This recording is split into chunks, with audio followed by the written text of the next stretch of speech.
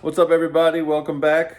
Thank you all so much for checking out all of my other videos. And if you're checking out this video, you've probably already seen some of my Instant Pot videos. But today we are doing ribs in the Instant Pot. I've seen a couple of posts about how it didn't turn out the way that they wanted. They were kind of runny, they were kind of slimy. But we're going to show you exactly how to make ribs so that way they're nice, they're juicy, but they still have that nice outside crispiness to it. And we're going to get started. Let me show you all the ingredients. If you don't have these ingredients, you can substitute some of them, but I highly recommend checking out flavorguide.com. They've got some great seasonings for pretty much everything.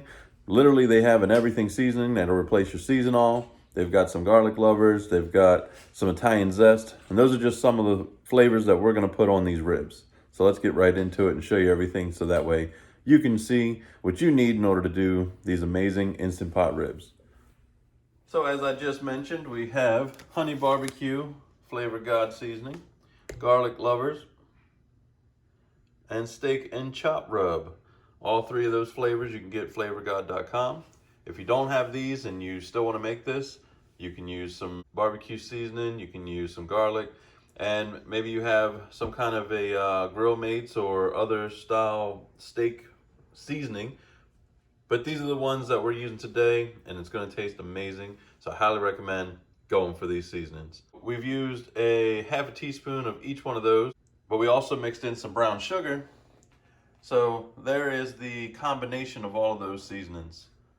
There is 2 cups of chicken stock. We're going to put that in the bottom. That's going to help to make sure we don't get a burn notice on our Instant Pot. And of course, we're going to need some beef ribs. Now, when you take the beef ribs out of the packaging, you want to make sure that you lay them out and you want to pat them dry. Don't want to put those in wet. There's going to be plenty of liquid in there to make sure that it doesn't burn. And then once it's cooked, we're going to add in the Sweet Baby Ray's barbecue sauce and the Worcestershire sauce, and we're going to combine those. We're going to take our seasoned mixture, place that on the ribs. And once we've coated all of the ribs that we're going to be making, the next step is to rub it all in. Don't worry about coating both sides. The top is just enough. Everything's going to cook together. Then you're going to rub it in like so.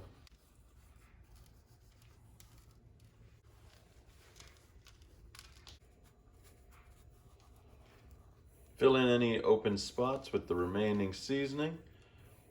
And ideally, you just want to have a nice coating across the entire top of the ribs.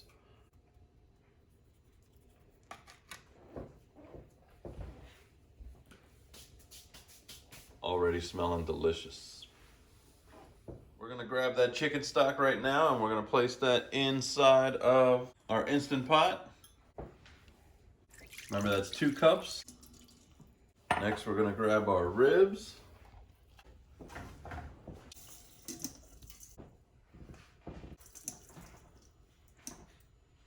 Place those in the Instant Pot like so. We're gonna place the lid on top. Make sure you lock that in place. If it doesn't seat properly, check to make sure your ring is in there. Let's go ahead and hit pressure. We're gonna go for 20 minutes. Hit the timer. Let's change that to 20. And we'll push that in to start it. Once this gets up to pressure, it's gonna start cooking. So we'll come back in 20 minutes. Take this time to set up your sides, but we'll get to that in a second. Since we have a second, we're gonna take this opportunity to make our mixture of our glaze that we're gonna put on top. Sweet Baby Ray's or any kind of barbecue sauce. And we're gonna mix some Worcestershire sauce in there. Now, there's no exact science or measurements to this, so feel free to get creative. Ideally, we just want to get enough in there so we can coat the ribs.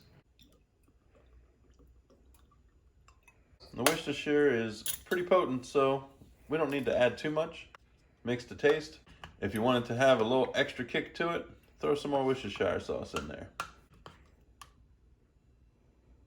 That's the consistency we're going to go with. Something a little thicker, just so we give us a nice flavor.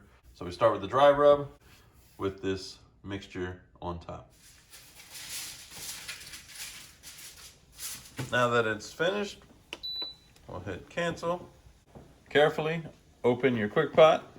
Make sure that this release valve is away from underneath your cabinets. So I'm going to turn this a little bit.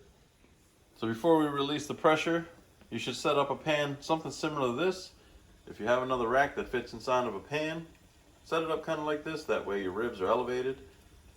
Let's go ahead and release pressure. And once it's done, we'll place the ribs on this rack. So our pressure release valve, if you have the Power Quick Pot, is right here. It's gonna get loud.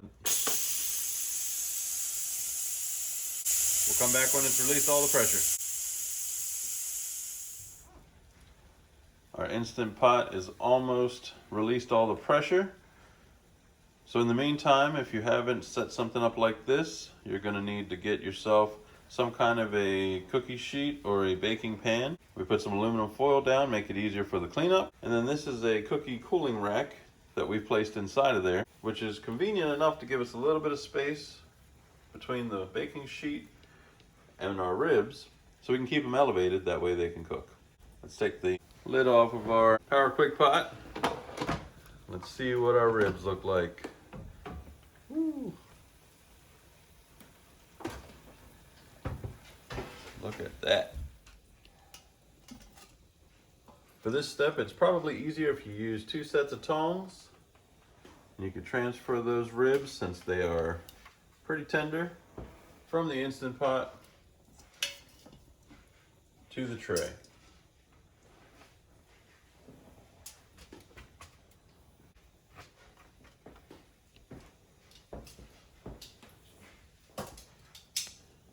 Make sure you lay those out flat.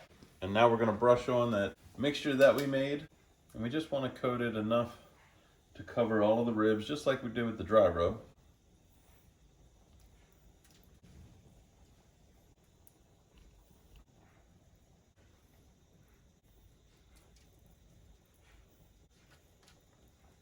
So let's go ahead and set broil. Put it on high. We'll start that. Put those on the center rack inside of the oven. And that only needs to broil for about 4 or 5 minutes. We'll set it to 5.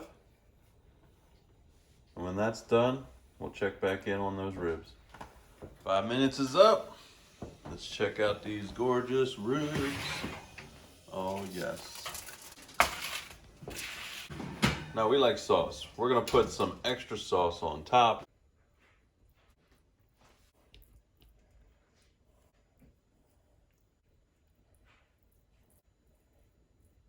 Now, if you like the tender ribs, you're good to go from here. We're gonna put it in for another 5 minutes because we really wanna get some crispy edges on that. So back into the broiler, same process, middle shelf, 5 more minutes. We'll be back in another 5. Time's up. There we go. Look at that sizzle. Beautiful. Now that is what we're looking for. That broil puts the nice crispy coating on there. That cooling rack is perfect to keep that separation so the ribs don't stick to the baking sheet.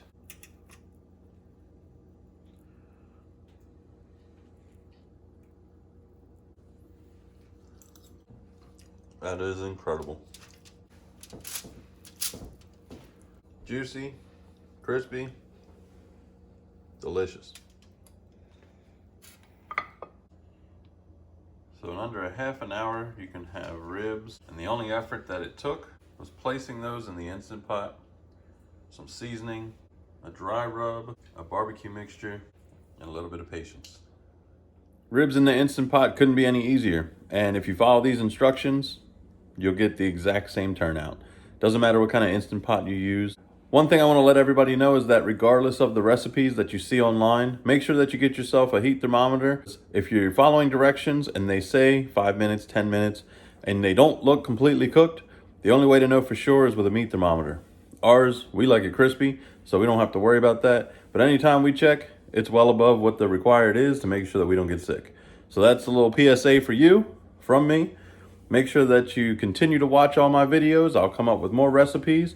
We'll post them online as soon as they're ready. And then make sure you hit that like button, hit that subscribe, and turn on notifications so you get more updates as soon as they're available. Thank you so much for watching as always, and I will definitely see y'all on the next one.